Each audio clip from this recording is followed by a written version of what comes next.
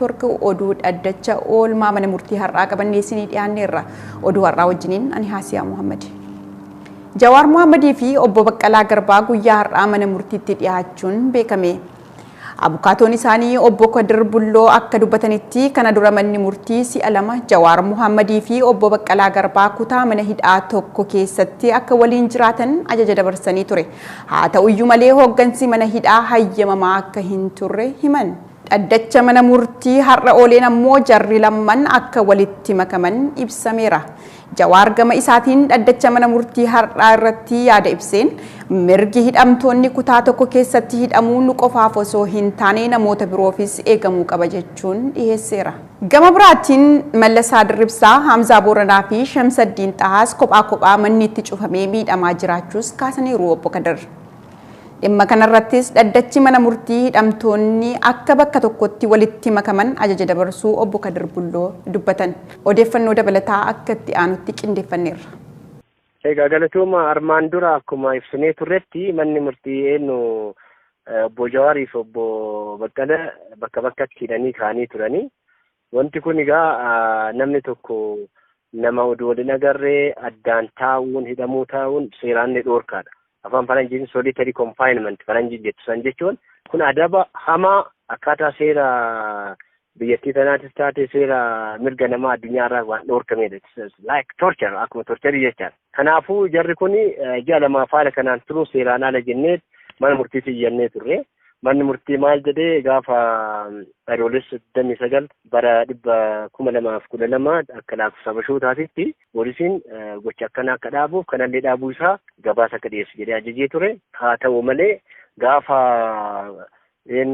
guyyaa baagumee bultii lamatti ammoo dhaddacha irratti dhiyaataniiti wantiin kun nu raawwanne akkaataa ajaja murtiitiin nu raawwanne kan jedhutu hin ka'e achiini itti gaafatamtuun dhimma isaan warra bulchuu bira jirtu Komaandar Teenish Walda Gabriel natti fakkaata maqaan isaan dhaddacha animee jira jedhanii garuu hin raawwatamne kan jedhutu dhiyaate achi manni murtii ajaja kenne akka raawwatu jedhe ammallee ajajni raawwatanne kanarraa ka'een ajajni iyyannoo dhiyeessine manni murtii mirga nu eegee ture yoo akkaataa manni murtii amma ajaji kanaan raawwanne taate iyyannoo akka dhiyeessitan kan jedhu kaase kanumaani iyyannoo gaafa baagumee bultii shanitti mana murtii gaafannee manni murtii sababa akkaataa mana murtiitti raawwanneef qabatanii akka dhiyaatan jedhee poolisii ajajee ture.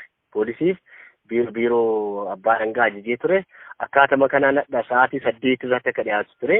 Haaluma kanaan sa'a 8 irratti poolisiin hin dhiyaatanii poolisiin maal qabatee dhiyaatee raawwannee jirra akkaatuma manni murtii ajajeen jedhanii dhiyeessanii obbo Jawaarii fi obbo Baqqalaan illee raawwatamuu isaanii kan kaasan yoo ta'e itti aansuun ammoo waan biraa kaafnetu ture. Wanti kaafne sun maali?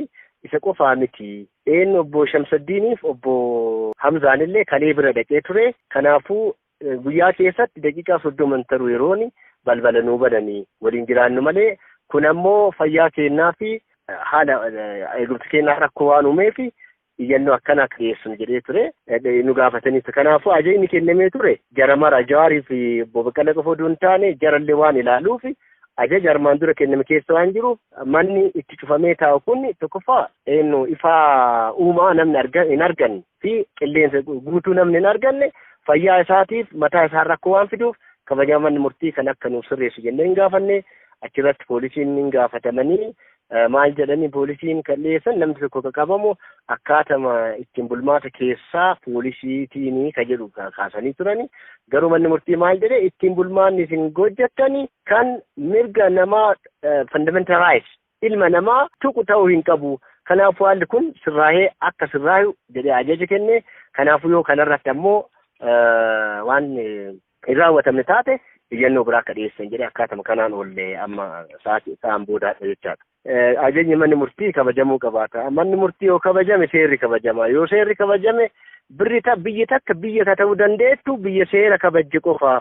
Kun ammoo deemee siyaasaa biyyattiifis taate guddina biyyattiifis rakkoodha kan jedhu yeroo baay'ee garuu manni murtii akkaatama kanaan amma dhimma dhiyaate kanarratti kabajaa manni murtii maal godhee akka mirgi namaa eegamu jedhee jira.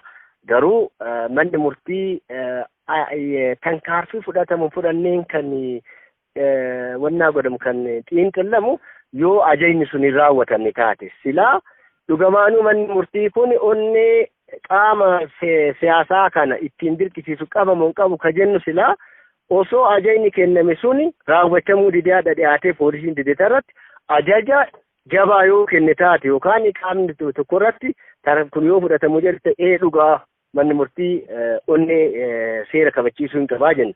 Yoo kana irra darbu taate ammoo akkuma isin jettan manni murtii seera kabachiisaa hin jiru seerri kabajamaa hin jiru jechuun danda'ama.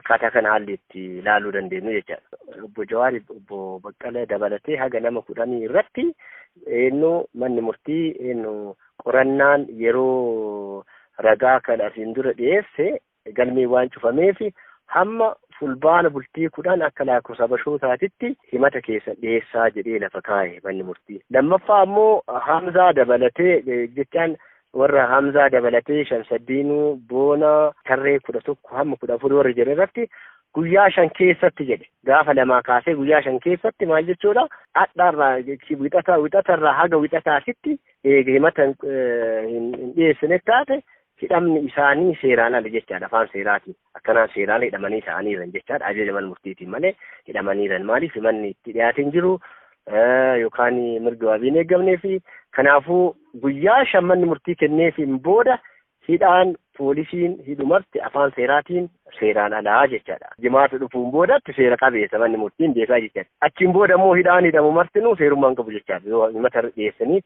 yookaan manni murtii ajaja biraan kennine taate. Egaa kabajamtoota daawwattoota keenya oduun har'aaf qindeeffannee kana gammaa ture sagantaawwan keenya kanneen birootti fufuu isin wajjiniin kan hin ture ani Haasiyaa Muhammadii nagaan nu tura.